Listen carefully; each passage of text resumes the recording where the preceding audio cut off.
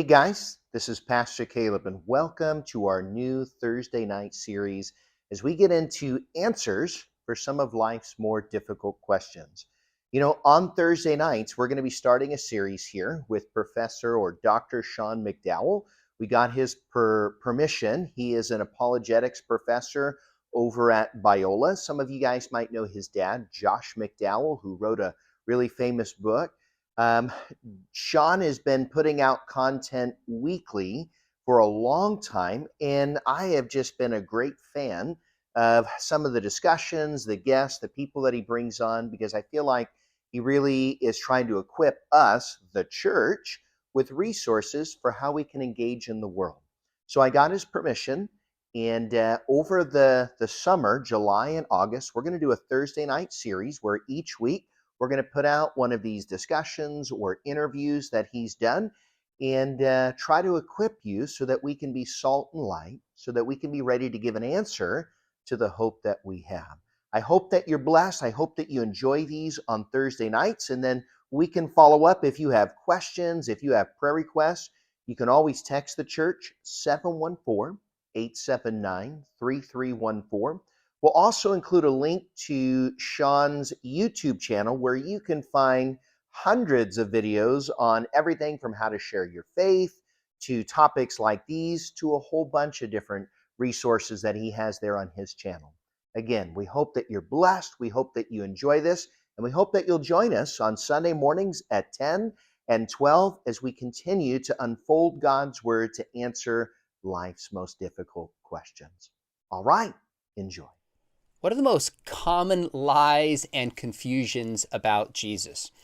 And how can we genuinely encounter Jesus today? Our guest today, Rebecca McLaughlin, earned her PhD at Cambridge, and she's the author of a recent book called Confronting Jesus. Rebecca, I've been following your ministry, love your books, and have wanted you on this channel for a while, so thanks for coming on to talk about your new book. It's great to be here in the virtual way we are anywhere these days. That is definitely true. Well, we're going to walk through, you have 9 ways of kind of confronting Jesus, so to speak. And we're going to walk through these 9 positive ways, which really highlight 9 misunderstandings. But before we jump into the book, I'm really curious, since it's called Confronting Jesus, what is your personal story or experience in terms of why you follow Jesus? I grew up in the UK, as some discerning listeners may have noticed from my accent, and I was born into a mixedly Christian family, is how I'd probably put it. My dad's family is traditionally Catholic. My mum's family is traditionally Catholic. My dad's family is traditional sort of Church of England. There's a mixture on both sides of our family between people who have some authentic faith in Jesus and people who just went to church because that was what you culturally did as somebody who grew up in their world. And so I grew up in a home where these questions were discussed and where we attended church, albeit as a kid we were sort of alternating between a Catholic church and a village Anglican church. It was probably when I was about 9 years old, and for various reasons my life was rather falling apart. My mum was very severely sick at the time. That it became very evident to me that Jesus was the only person I could truly depend on. The only person who could not just be here today and gone tomorrow for whatever reason. I don't remember a time when I wasn't following Jesus, but I remember very distinctly from at least that age being very clear about who Jesus was and really recognizing that to follow Jesus it's a personal thing in the sense that he calls us to be his very own and digs right into the center of our hearts, but it can't be a private thing. Following Jesus from the first for me meant trying to tell my friends about Jesus. Wow. And very few of my friends were also Christians. I, for many years, was in very sort of academic, not at all Christian sort of school environments, and talking with friends who had really good reasons for not considering Jesus's claims. So I feel like I've been having some of the conversations that I'm trying to have both in person and in my books today for basically as long as I can remember. So just one follow-up. Did you ever have a period of doubt? Did you ever hit a period where you just questioned and thought, I wonder if I got it wrong at 9? Or has your faith been pretty solid throughout your life? It's funny, people sometimes ask, given that I read quite a lot of atheist, agnostic, and other non-Christian authors, some of the best thinkers of our time actually representing different modes of thought, do I ever really question my faith? I've actually found the opposite, that the more I've read of some of our leading atheist and agnostic and other religious thinkers, the more convinced I've become about Jesus, actually, because it's really easy to think we're comparing Christianity with all the crazy things we believe, or that I believe about, Jesus being born of a virgin on the one hand and raised from the dead on the other, that we're comparing those crazy beliefs to a perfectly coherent sort of secular worldview that does all the work that Christianity does, except without having to believe in crazy things. But actually, there is no such belief system, where it's crazy whichever way you look. And I'm more and more convinced that as I go on in the Christian life, as I learn more, as I study further and listen to a variety of voices, I'm more and more convinced that Jesus is in fact the savior of the world. Well, let's jump into the 9 encounters with Jesus, so what you call kind of 9 ways of confronting Jesus today. And behind each one of these is a common myth or understanding that many people might have about the identity of Jesus. The first one you start with is Jesus the Jew. Some people would say Christianity has more pagan roots than Jewish roots, but you start with the idea to understand Jesus is understanding his Jewish roots. What do you mean? When Jesus stepped on the stage of human history, it wasn't the beginning of Act 1, actually. It was, according to the scriptures, it was sort of like the first act after the intermission. And in order to understand who Jesus is as presented in the Gospels, the 4 accounts of his life in the Bible, it's very clear that we need to understand the story of God's people, the Jews, before the time that Jesus came, and that we need to recognize that Jesus is presenting himself, and those who are writing about him are presenting him as the Messiah of the Jews. Now, it's also clear that Jesus was not presenting himself as only the Messiah of God's chosen people, but that actually in his coming there was this great explosion of God's purposes across the whole world. And that's something that we'd actually seen. If you read the Old Testament, you'll see that from the very first, when God was making promises to Abraham, the sort of founding father of the Jewish people, he talked about how all the families of the earth would be blessed through Abraham. So it's not that this is a kind of completely unexpected move on God's part to expand his purposes so dramatically and his people so dramatically. But if we're going to really get our hands around who Jesus is claiming to be and who his first followers thought that he was, then we need to understand him from that Jewish perspective. Now, there are some ways in which we can't see how important Jesus' Jewishness is, because some of the assumptions of first century Jews, which would have been very strange in their cultural context, are our assumptions now. For example, most people today, at least in the West, think that if there is a God, then there is one God, and that God would be the God who made all the world, rather than there being sort of multiple gods who might have made different pieces or be kind of ruling over different parts of the universe. For us, for most of us at least, sort of polytheism seems a massive stretch. There are plenty of people who might not themselves believe in God, but would respect those who did. But to say actually there are lots of gods seems, kind of absurd to most of us today. In Jesus's original context, in the Greco-Roman Empire, the Jewish claim that there is only one God and that he made all the heavens and all the earth and every human being who ever lived, that was seen as outlandish and bizarre. So there are ways in which Jesus's Jewishness is not even apparent to us, because we have sort of drunk in so many of the assumptions. And there are ways in which today, because of course Judaism has continued alongside Christianity over the last 2,000 years, that it's easy for us to forget that all of Jesus's chosen 12 disciples were Jewish men, that the large majority of his original followers who traveled around with him, including many women, were Jewish. And that it was a big question actually in the early church if you could even be a Christian without first becoming Jewish.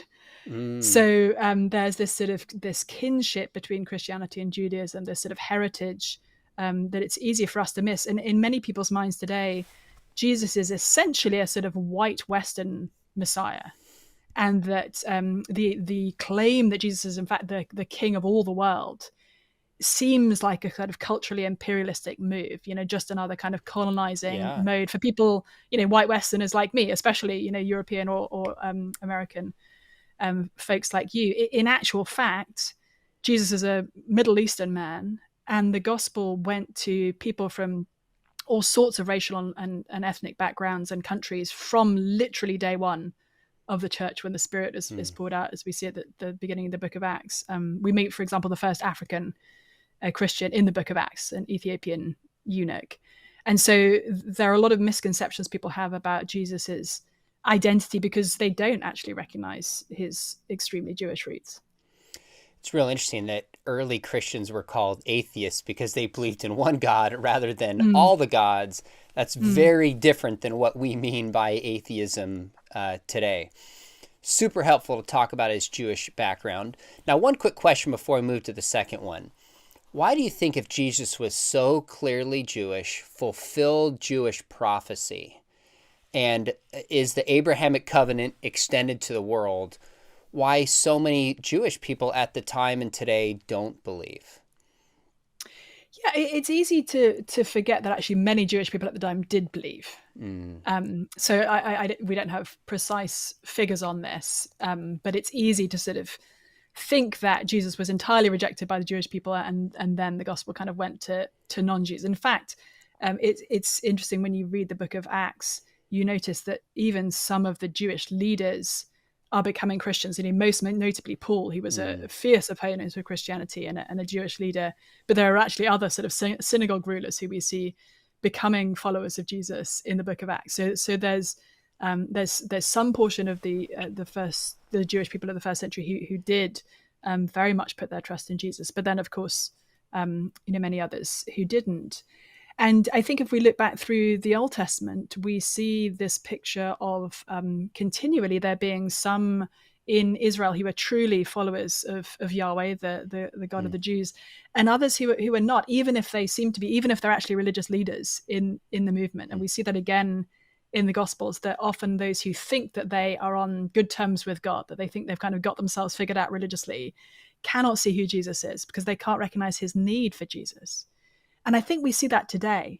I think we see that even among people who identify as Christians, who don't actually recognize who Jesus really is. And even some who identify as Christian leaders who don't come to Jesus from a posture of utter worship, allowing him and his word to shape the truth of what they believe, but instead are sort of trying to blend following Jesus with following other thinkers and other ways of being in the world. So I think just as before Jesus came, just as today, there are many who might think that they're following the Lord as revealed in the Bible who actually aren't, because they're not really looking at what the Bible is saying.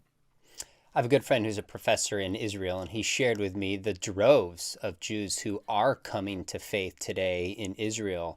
And a lot of people have not heard this. So it's not only true in the first century, like you said, I think we're seeing it happen in our lifetime as well. Let's move to the second one. The second one, you talk about confronting Jesus, and behind this is a lot of myths and misunderstandings. Is Jesus the Son? Why is that so important in understanding who Jesus is? Yeah, one of the radical and completely shocking claims that the New Testament texts make is that Jesus is not only a great prophet, a great teacher, a great, potentially the king of the Jews, but that he is actually the very Son of God made flesh. And it's hard for us to wrap our minds again around how shocking and even offensive this would have been to first century Jewish ears, actually. The Greeks and Romans told stories of gods impregnating human women and sort of spawning demigods. And there was this sense in the Greek and Roman Empire that if you were a really super duper impressive human, like maybe, an emperor, for example, that you could kind of be promoted to god status, perhaps after you died. For Jews, all of this was the most rank blasphemy. Jews believed not only that there was one God who made the heavens and the earth, but that this God was utterly transcendent, that humans couldn't even look at God and live. And here is this claim made first actually by Mary, Jesus's mother, this claim that this utterly transcendent God had taken on human flesh in the person of Jesus would have and did blow the minds of first century Jews. Now, what was offensive to Greeks and Romans about this, as I say, was not the claim in and of itself that Jesus was divine, but actually the claim that somebody as seemingly unsuccessful as Jesus would be seen as divine. You know, someone who was crucified at the end of his life, a wandering Jewish rabbi who never made much of a name for himself. For him to be claimed to be God was absurd from a Greco-Roman perspective. And today, I think that there's also a sense in which people maybe are comfortable with the idea of Jesus as a prophet or a great teacher, but not as the literal Son of God made flesh. And I think that claim is very clear for us in the pages of the Gospels. You know, people sometimes say that Jesus, you know, never claimed to be God. I think that's just to radically misread a host of stories in the Gospels where it's very evident, and it would have been very evident to first century Jews, that that's precisely what Jesus is claiming. You know, one example is when Jesus is presented with a paralyzed man who was famously lowered down through the roof to him because there were so many people kind of crowding around to hear Jesus. This paralyzed man is lowered down through the roof, clearly with the expectation that Jesus would heal him. And Jesus looks at this man, he says, "Son, your sins are forgiven." Now, you can expect the man to feel kind of disappointed and his friends to be a little bit confused, but the Jewish leaders were absolutely appalled. You know, what is this blasphemy? Only God has the right to forgive sins. Who does this guy think he is, saying that this person's sins are forgiven? And then Jesus says these wonderful words, but that you may know that the Son of Man has authority on earth to forgive sins. ... I love the sort of ... as it were, the pregnant pause there. He says to the man, "Get up, take your mat and walk." So we see Jesus proving there that he does have authority to do the thing that only God can do. Or we see him calming a storm with the power of his words, just telling the wind and the waves to stop, to be quiet. And his disciples are absolutely terrified, and they say, "Who is this that even the wind and the waves obey him?" You know, we see Jesus throughout the Gospels doing and saying what only God can do and say. That's really, really well said. When you talk about Jesus being the Son of God, what's so crazy and unexpected, you said, is there's this clear Jewish roots, but Jesus claims to be that God in human flesh and was crucified. If you're inventing a story, that's the absolute opposite of what you would say happens to God, because in Deuteronomy, if you are hung on a tree, you are cursed. And yet the point is, Jesus took our curse. So I love it. Now, the third one you talk about is Jesus is King. And I teach at Biola full-time, and I teach a class part-time with my high school students. Yesterday I was talking about what it means that Jesus is King, because our worldly conception of King and how we wield power is very different than how Jesus did, and it leads to confusion. So why is it so important, and what does it mean to understand Jesus as King? Yeah, we often refer to Jesus as Jesus Christ. And I think for many today, they think that's just Jesus's last name. You know, I'm Rebecca McLaughlin, he's Jesus Christ. In fact, that word Christ, which comes from the Greek form of the Hebrew word Messiah, means God's promised king, the anointed one who God had been promising to send for centuries through his prophets to save and redeem his people. Now, that would likely have been understood in political terms by many of the first century Jews who were waiting for this Messiah. So the expectation would have been that Jesus would come and kind of kick the Romans out. You know, the Jews have been living under pagan foreign rule for centuries, and with only about a century of sort of intermission since Jerusalem was overthrown by the Babylonians in the 6th century BC. So there was this massive expectation, like God, if God really was the God of all the universe, and the Jews really were God's people, it was time for him to send his king. And God did send this king in the person of Jesus. But Jesus, instead of setting his sights on overthrowing the Romans, he set his sights on beating sin and death itself. That's the sort of one of the radical shocks of the Gospels, and why even Jesus' own immediate disciples, even Peter, one of his closest followers, was appalled when Jesus started teaching. And right as soon as Peter had recognized he is the Christ, Jesus started teaching he was going to have to suffer and die and be raised again. Peter's like, no. This cannot be the plan. That's not what God's king is meant to do.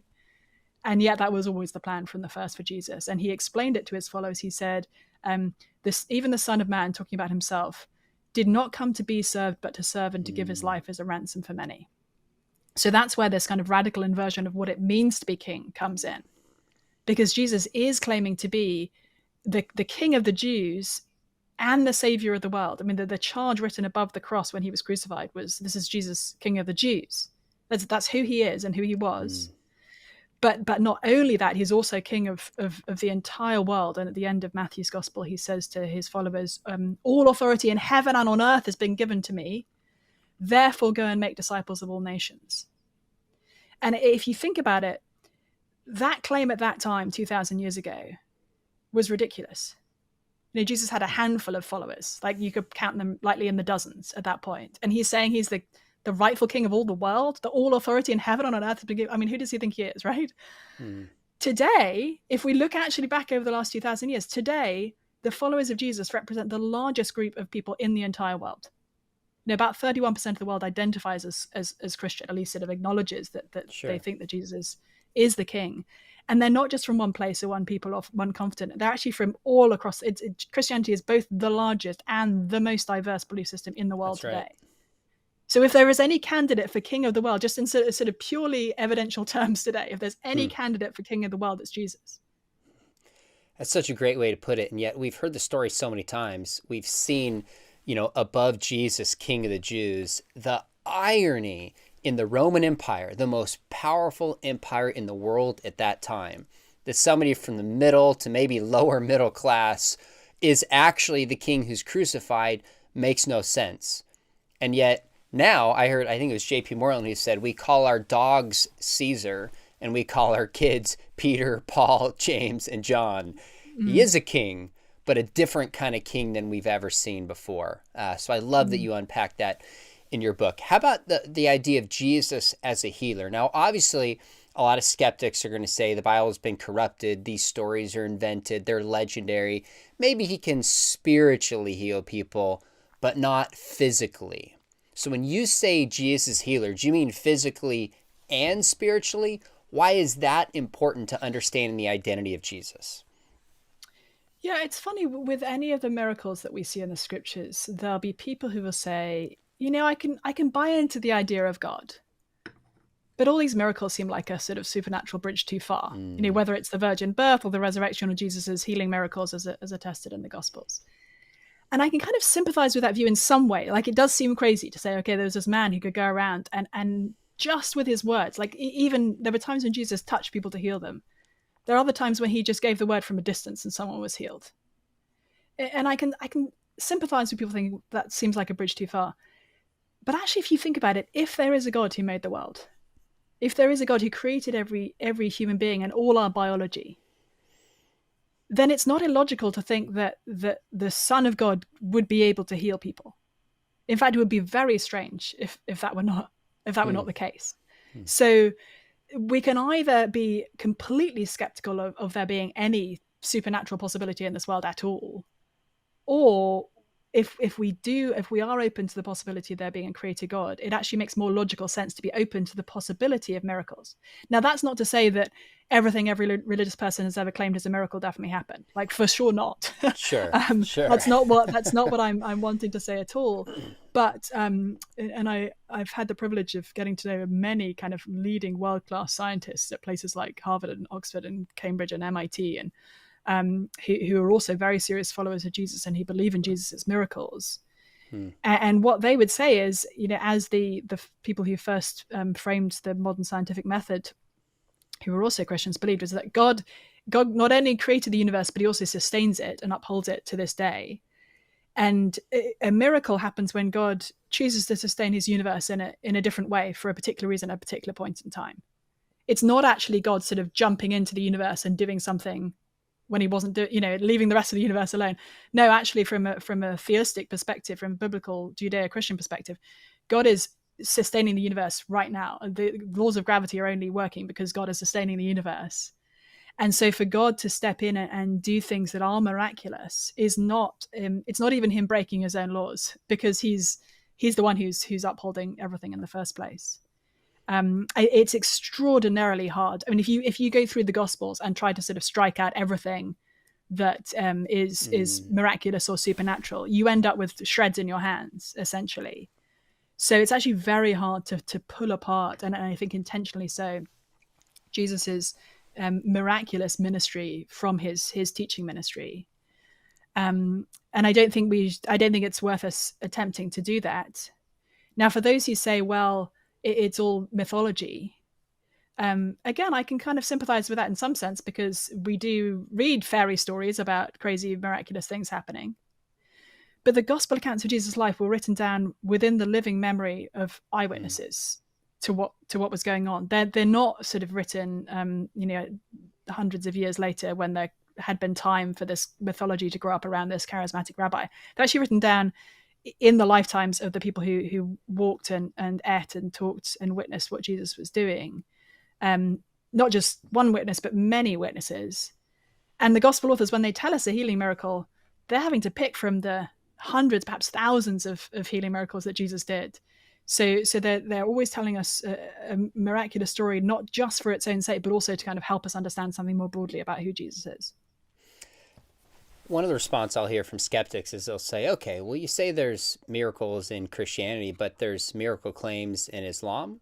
There's miracle claims in Mormonism. They kind of cancel each other out. What would you say to that objection? We could take that posture regarding any kind of truth, actually. You could say, well, I turned on the news today and I heard, for example, that there was an earthquake in a particular country. But then I turned on another news channel and it said there wasn't an earthquake in that country. And at the end of the day, it doesn't.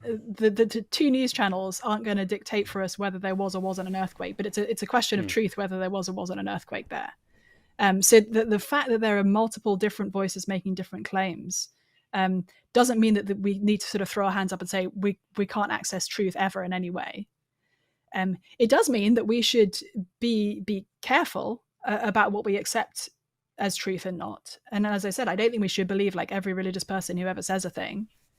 I don't think we should believe in Jesus's miracles, simply because they happen to be written down in a book that was written 2,000 years ago and was written sort of much closer to Jesus's time than, for example, the Muslim scriptures were written, and their different claims about Jesus. So I think we should I think it's appropriate to have some degree of skepticism or looking for evidence. But I think we then need to understand Jesus' miracles in light of all the other ways in which he has impacted the world since. So like I was saying earlier, the claim that Jesus is the king of all the world, there's actually decent evidence pointing in that direction at this point. And if that's true, then maybe we need to kind of look more carefully and consider whether maybe his miracles seem a little more plausible than they once did as well. I think that's a helpful response. I think about it like if there's a number of people who are imposters, it does mean that there's not somebody who really is the real person. The imposters don't take away from that. And of course, as a Christian, I think Christianity is true. And when you read the Quran, really the test for truth is the beauty of the Quran.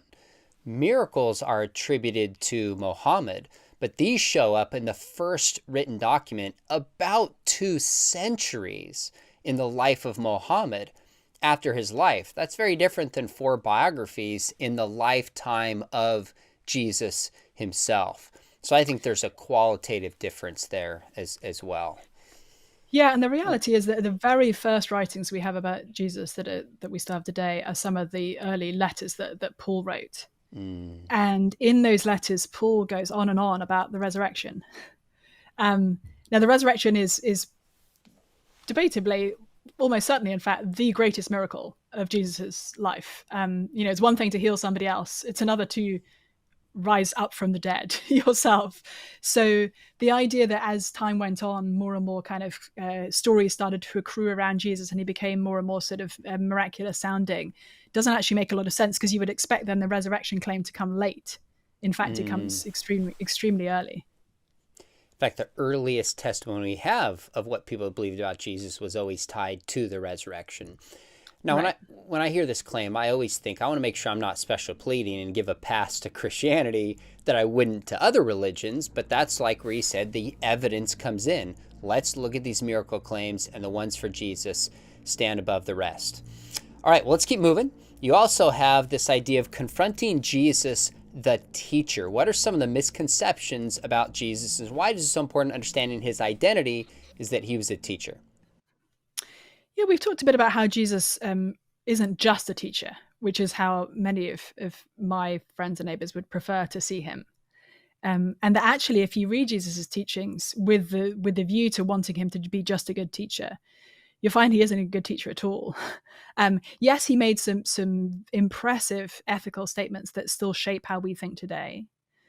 But the ways in which he talked about himself are completely inappropriate if he was just a good teacher. You know, one of my favorite Bible stories, Jesus said to a grieving woman named Martha, who had just lost her brother, he said, "I am the resurrection and the life. Anyone who believes in me, even though he dies, will live. And anyone who lives and believes in me will never die. Do you believe this?" Now, that's not the statement of a good teacher.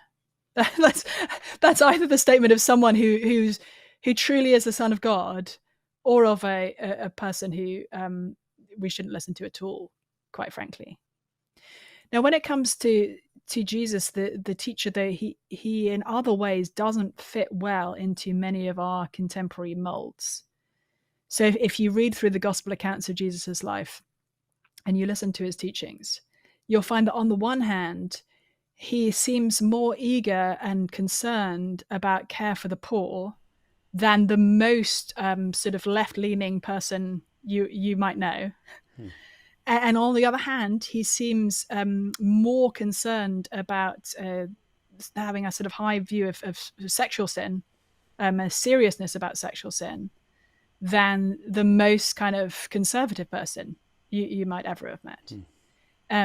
We have our kind of political polarization sort of seems to pull at different pieces of what Jesus taught and magnify them at the expense of each other in ways that I think, as someone who reads the Gospels and someone who comes from a different country with some different political mixes, just doesn't work. We find in Jesus someone who is both, as I said, set the standards of sexual conduct so high that he said that anyone who even looks at a woman lustfully has already committed adultery in his heart.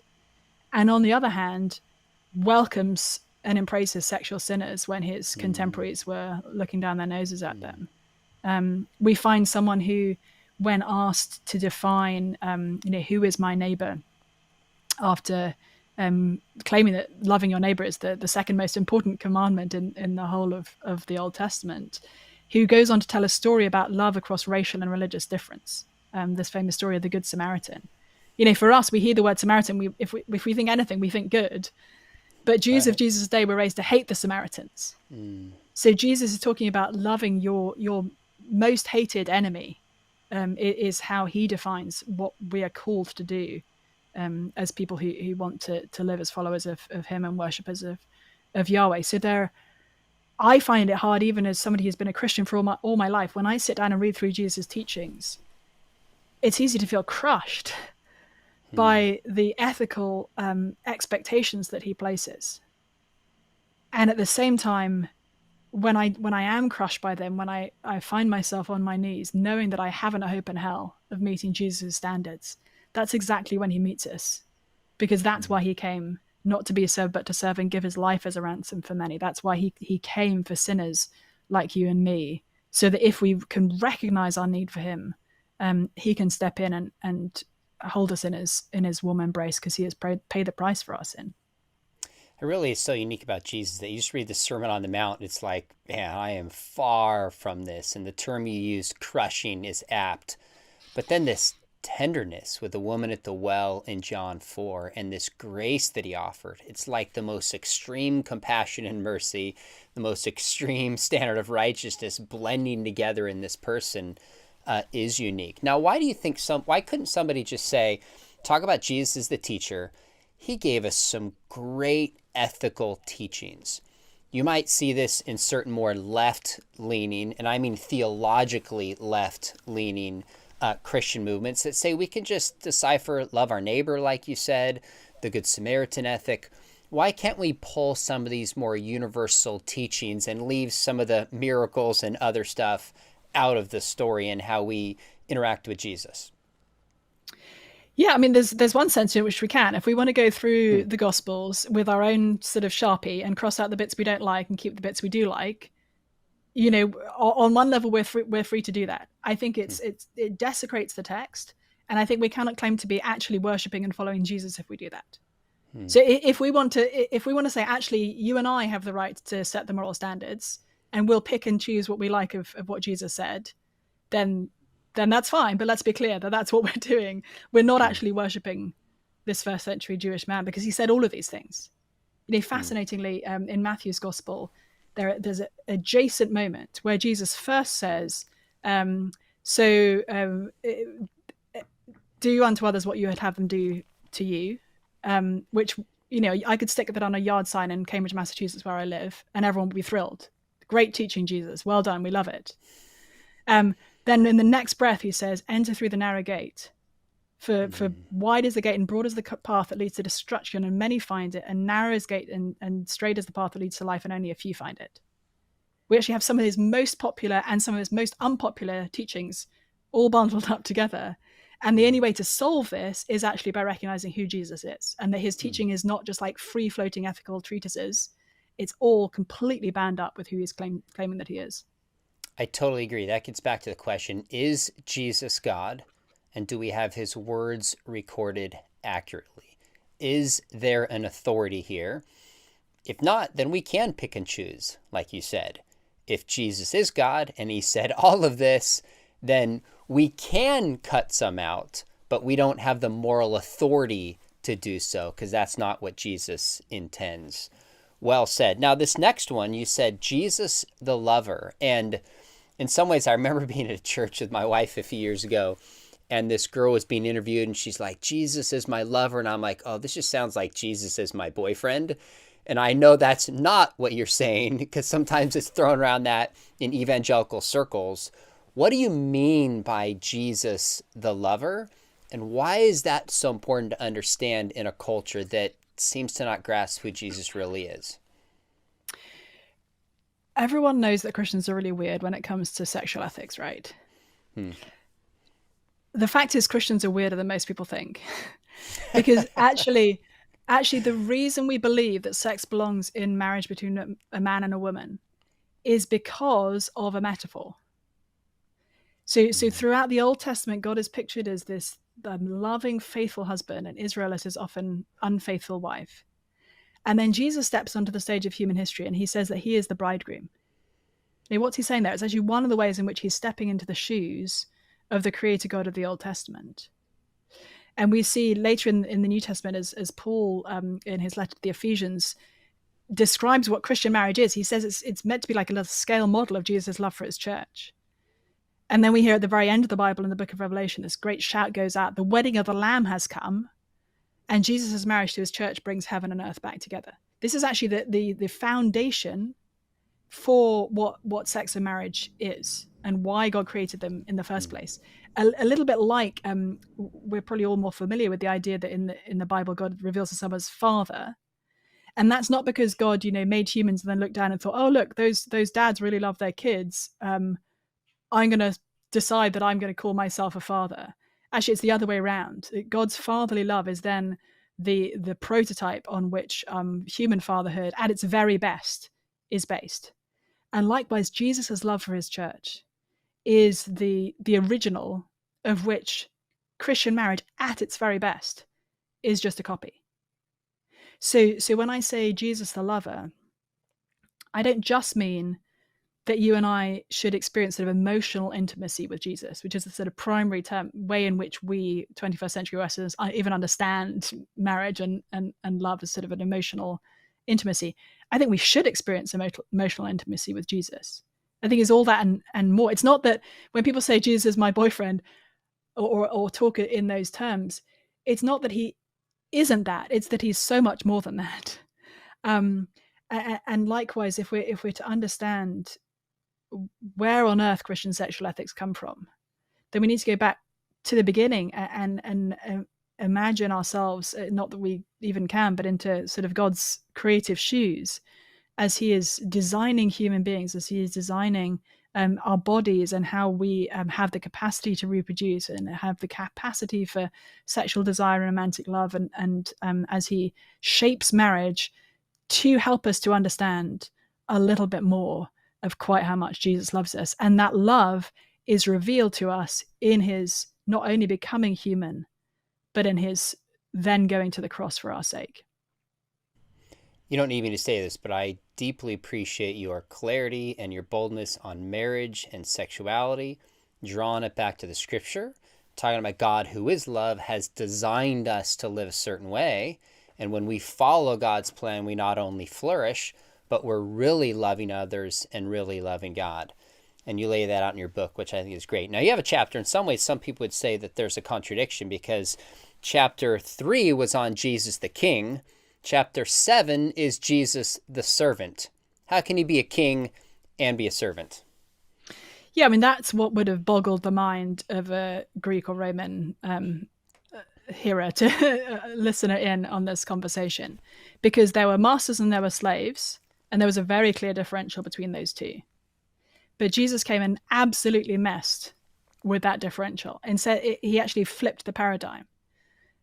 He said that, yes, he is the Lord and Master, but that he had come not to be served, but to serve and to give his life as a ransom for many. On the night that he was betrayed to his death, he stripped off his outer garments, essentially dressed himself like a slave, and got down and washed his disciples' feet, which is something that a slave would have been expected to do in the culture of the time. And again, his followers are horrified. This is not how a rabbi is meant to act. This is not how their Lord is meant to act. This is absolutely not how the King of all the universe is meant to act. And yet it is how Jesus acts. And one of the things that it's hard for us to wrap our minds around when it comes to the cross, because we are only used to the idea of the cross in the context of Jesus dying on a cross. And so when if you showed somebody a picture of a cross, they'd immediately think of Jesus, and they might think of, jewelry. I wear a sloth rather than a cross to remind myself of my sin. Or they think of like church spires. We have a sort of sanitized view of the cross. Whereas for first century folk living in the Greco-Roman Empire, crosses were the most horrific, humiliating way to die. And it was a death especially associated with slaves. If you wanted to deal with a slave rebellion, crucify some slaves to prove the point that you can't stand up against Rome like this. So Jesus died the death of a slave in order to serve us and to give his life as a ransom for us. And you might typically think of a king sending out his soldiers to die for him. Often the job of soldiers has been to sort of die in the place of a king, and the last line of defense around the king. But Christianity flips that on its head and says, no, the king has come to die for you. One of my favorite scenes of the gospel is when Jesus is in front of Pilate, and he says to Jesus and John, I have power over you, life and death. And Jesus is like, you have no power over me. In John 2, he says, I lay down my life and I take it up again. That is a king who not only washed feet and served people in his life, but served to his death. That, like you said, is a shocking, radical, new understanding of what a king means, but also resonates, I think, deeply with our hearts. We've got two more. You also say it's important to understand Jesus the sacrifice, and there's a lot of debate and pushback on this one. Why is that so important, and where are sometimes there are misconceptions about it when it means that Jesus is a sacrifice? Yeah, there are so many different angles on this that the scriptures give us. And one is this idea of Jesus being the lamb. It's very odd to talk about the Son of God as a lamb. But we see a picture going back deep into the Old Testament of lambs and goats as well. In our minds, sort of sheep and goats are in very different sort of emotional categories, but that wasn't actually the case for our Jewish forebears in the faith. And this idea that a lamb could be sacrificed in place of humans, it's something that we see actually at the Passover when God was rescuing his people from Israel. And he commanded them to take lambs and to sacrifice them, to sort of daub their blood over the doorposts of their houses, so that the angel of death would pass over their houses, and that their firstborn in each house would be protected. It's one of many pictures we have in the Old Testament where there's a sort of substitution of a lamb for a human or for humans before God. But in Jesus, it sort of gets switched around, because Jesus is the lamb. He is human, and he takes the place of the lamb to die for us. Now, one of the ways in which the cross is offensive in our society today is because on the cross Jesus was dying not only to identify with those who are suffering, although he was doing that, and not only to sort of absorb the evil in the world, although he was doing that, not only to conquer sin and death, although he was doing that, but actually to pay the price, to take the punishment for your and my sin. And we modern Westerners hate that idea, because we really don't want to believe that we're actually fundamentally sinful. We want to believe that we're good people. I'm a good person, you're a good person. Yeah, we make some mistakes. Yeah, we're not perfect. But like, if you dig deep down into Sean McDowell or to Rebecca McLaughlin, what you'll find like goodness at the very heart. According to Jesus' teaching, you won't. Not that you'll not find any goodness, but actually Jesus says, out of our hearts come all these sinful thoughts and ideas and actions. And so when he dies on the cross, he really is dying to take the punishment for our sin. He is sacrificed in our place so that we can be completely forgiven and united with him. And I think one of the ways in which people misunderstand the sacrifice of the cross is they think, well, how can it be fair for an innocent person to be sacrificed in place of guilty people? And what they don't understand is that when we put our trust in Jesus, we actually are united to him even more profoundly than a husband and wife are united. The Bible talks about husbands and wives as being one flesh together, but we're united with Jesus in an even more profound way, to where our sin becomes his sin and his sacrifice becomes our sacrifice. So there's no kind of pulling us apart. It's not that Jesus is sort of random bystander hauled in to play for other people's sin. He's paying for the sin of his own, and he welcomes us to become his own if we will put our trust in him. I sent out a tweet a while ago, and I was thinking about this, that we sacrifice for what we love, what's important to us, whether it's our time, our affections, our money. And you asked the question, what's the greatest thing we can sacrifice? And there's nothing greater we can sacrifice than our own life. And we see Jesus laying down his own life. And I think you're right, as you talk about in your book, we intuitively know that this is what real love is, which is why, sorry to ruin it for anybody, but they've had time. At the end of Endgame, Iron Man sacrifices his life as a way of saving the universe from Thanos. There's something inherent that we know it. Of course, that's fiction. In the case of Jesus, it's true. I'm looking at the way you organize this, and you start with Jesus the Jew, which makes sense because that's his descent. The last one is Jesus the Lord. Now, I could guess, but tell me what you mean by that and why you ended there. I think it's very clear on the pages of the Bible that Jesus is claiming to be the Lord in the sense of being God himself. In our Bibles, because the Jewish word for God's covenant name, which we might say is Yahweh, was considered so holy that Jews wouldn't even say it. When they came to it in the scriptures, they would say Adonai, which means the Lord. So in our Bibles, even today, when you see sort of capital letters Lord, that's because they're pointing to that covenant name of God. And Jesus, time and time again, in the Gospels, especially in John's Gospel, is identifying himself as that great God revealed in the Old Testament. So he's the Lord in that sense, and he's the Lord in the sense of having absolute right to an authority over each of us. And again, that's something that we are frankly raised to resist. We love to think of ourselves as free and autonomous, and nobody has the right to tell me what to do. You and I are here to discover our most authentic selves and to live, so our society would tell us to sort of live as freely as possible and to absolutely not kind of make ourselves subservient to anybody else's will or desires or dreams or hopes or beliefs.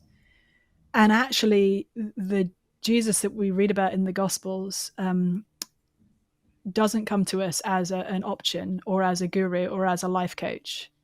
He comes to us as all the things that we've discussed already today, and he comes to us as Lord.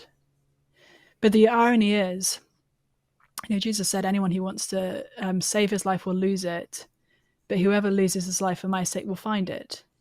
The irony is that when we recognize Jesus as Lord, not just in general, but of us in particular, we will find the greatest freedom that we have ever known. Rebecca, would you say your book, Confronting Jesus, is for Christians to better understand who Jesus is, or primarily for skeptics who are open to considering the identity of Jesus? I wrote Confronting Jesus sort of as a follow-up to my first book, which was called Confronting Christianity. And in that book, I was looking at 12 major and understandable objections people have to even considering the Christian faith. And so the purpose of that book was, it's addressed to non-Christians with the understanding that it will mostly be bought by Christians. And my hope is that Christians would maybe give it to a non-Christian friend and say, hey, maybe you'd like to read this. Confronting Jesus, likewise, is addressed to non-Christians with the hope that Christians might buy it and read it and share it with a non-Christian friend who perhaps has had some of their questions answered to where they're curious about Jesus, but isn't yet ready to pick up a gospel for themselves and just start reading. Confronting Christianity kind of removes the roadblock, so to speak, these tough objections. And this is now what is the positive case of who Jesus is. I think both Christians and non-Christians will benefit from it greatly. When people ask me, one of the most popular blogs I've written, people keep finding it as like, what are the top books to give a non-Christian? And my first one is the Gospel of John. Just read the Gospels directly and ask yourself, who is this person, Jesus? I would put your book right up there because I think you're right. Sometimes we understand Jesus claimed to be king. Sometimes we understand he was a teacher.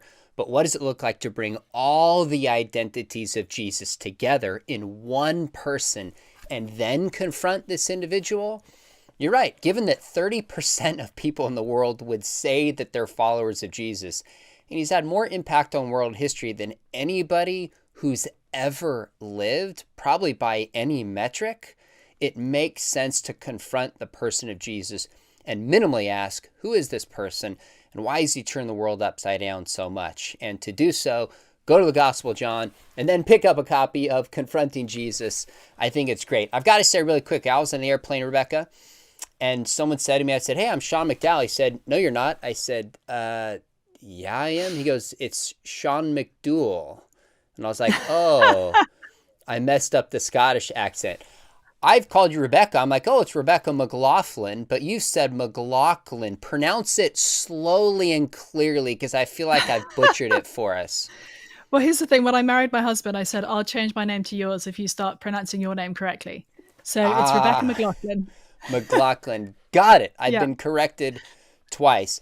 Make sure those you watch and pick up a copy of Confronting Jesus and make sure you hit subscribe. We've got some other interviews coming up.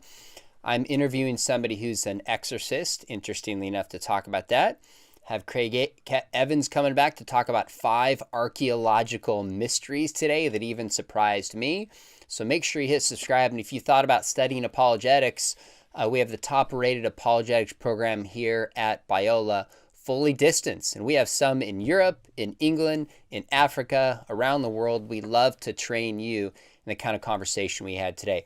Rebecca, really appreciate your ministry. It's a great book. When books come out, keep me posted so we can keep getting the word out. Thanks so much for coming on. Thanks, brother.